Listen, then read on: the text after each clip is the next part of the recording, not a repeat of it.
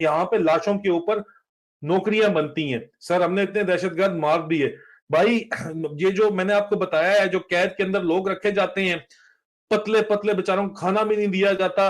आपको पता है अक्सर औकात पिछले दिनों में सवात के अंदर मैं था, या फिर खैबर पख्तूनख्वा में या बलूचिस्तान में आपको नजर आता है कि सिक्योरिटी फोर्सेस के ऊपर हमला होता है, हमारे बंदे शहीद होते हैं, तो फौरी तौर के ऊपर खबर चलती है कि जी जवाबी कार्रवाई में इतने दहशतगर्द मारे गए, और उनकी तस्वीरें जो है वो रिलीज कर दी जाती हैं। अगर आप उनकी तस्वीरों पर गौर करें, उनकी हड्डियों के साथ चिमड़ी हुई उनकी चमड़ी पे गौर करें, तो पता चलता है कि अकूबत खाने से किसी से निकाल के, और ये मैं गवाही देता हूं कि ये जो बंदे डके हुए होते हैं अंदर, जो कैद मिसिंग पर्सन होते हैं, उनको निकाला जाता है।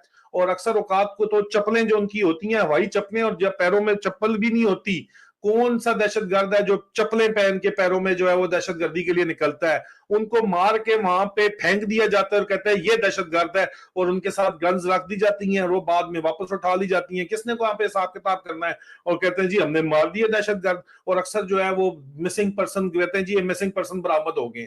अक्सर औकात ये देखने में आई है, ये पुरानी स्ट्रेटेजी है।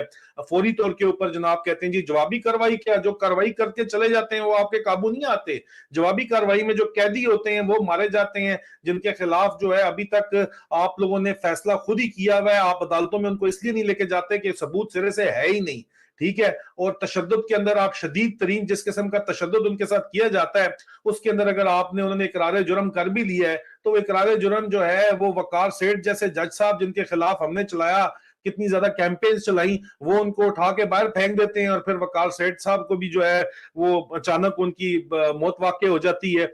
तो ये गंदा है पर धंधा है आपके लिए।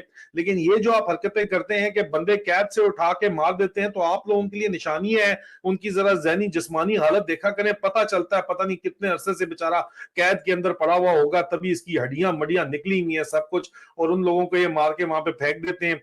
पूरे पूरे गांव में जो बंदा सामने आया देखा मार दो। आप में मैं गवाही देके कहता हूं, मैं जब आएगा तो मैं गवाही देके कहता हूं कि मुझे एक वक्त में 2010 में ऑर्डर किया गया कि दाढ़ी वाला कोई बंदा देखो तो मार दो, ये ऑर्डर मुझे किया गया। और मैं उस वक्त आईजीएफसी स्पेशल टास्क फोर्स का कमांडर था बाड़े के अंदर। आप यार क्या बात करते हो? किसी दिन इंशाल्लाह वक्त आएगा, खुल के बात होगी, एक एक बंदे का नाम लेके एक एक जगह के हिसाब से बात करेंगे, और इसके लिए हम काम करें। ह्यूमन राइट्स की एक ऑर्गेनाइजेशन बाकायदा तौर के ऊपर बनने जा रही है, जो इन तमाम केसेस को, ग्रॉस ह्यूमन राइट वायलेशंस को इंटरनेशनल कोर्ट्स के अंदर जो है वो लेके आगे चलेगी। और ये वही लॉयर्स हैं जिन्होंने फलस्तीन के भी पहले मुकदमे लड़े हैं, और इसराइल के लोगों के खिलाफ भी, उनके बड़े बड़े जर्नलों के खिलाफ सैंक्शंस लगवाई हैं, वारंट्स निकलवाए हैं। वही लोग ये मुकदमे लड़ने जा रहे हैं, और उसमें आप लोगों की हमें सपोर्ट की जरूरत होगी। ये हाईली रिस्पेक्टेड प्रोफेशनल्स हैं जो ये काम कर रहे हैं, और इंशाल्लाह इस